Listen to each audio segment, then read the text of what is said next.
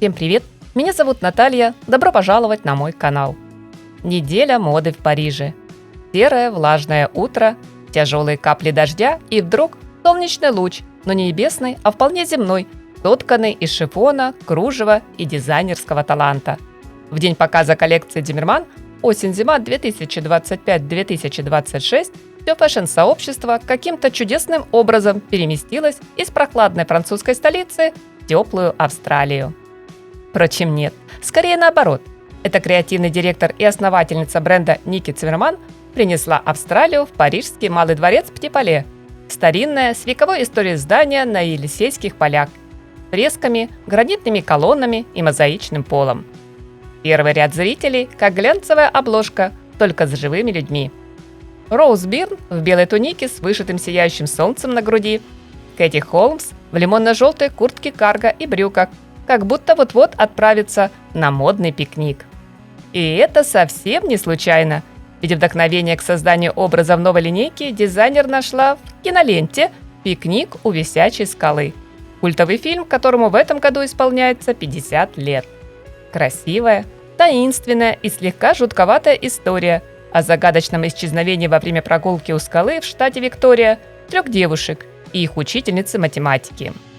Да, Ники выбрала идеальный рецепт для коллекции, где мистика и романтика крепко держат друг друга за руку.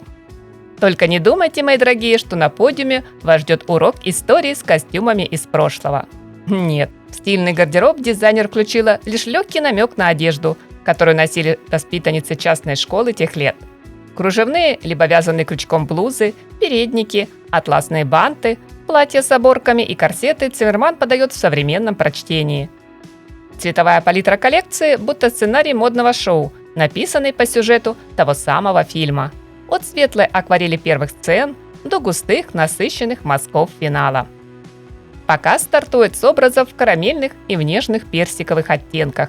Все очень женственно, романтично, все в фирменной манере бренда.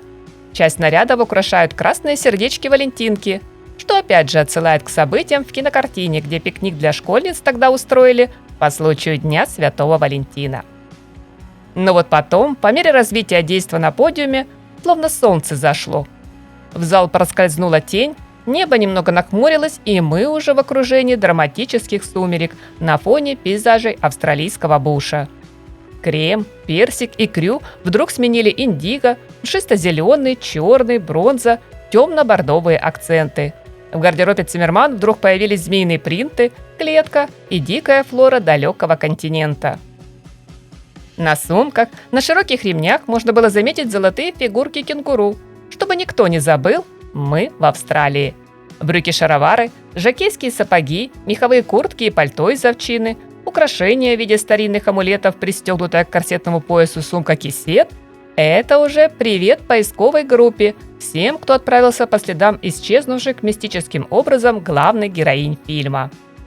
Коллекция, как и просмотр загадочной киноистории, вызывает целую гамму чувств со стремительным переходом от щемящей нежности первых кружевных нарядов к смутному беспокойству монохромных луков в темных оттенках. От искреннего восторга при виде ручной вышивки, сложного плетения, до легкого замешательства от столь огромного количества рюшей, оборок, пышной цветочной 3D-аппликации. Представлена на подиуме новой модной линейки Циммерман, дизайнеру сегодня гармонично и просто удалось объединить юную романтику и зрелую драматичность, прошлое и современность, предложить немало идей в духе популярного нынче стиля бохо.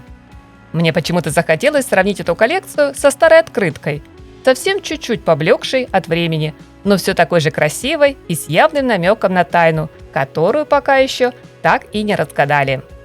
Приятного вам просмотра, мои дорогие зрители! Спасибо огромнейшие, друзья, за поддержку канала, за ваши теплые лайки и комментарии. Всем хорошего, продуктивного дня, позитива, добра и только светлого, солнечного настроения!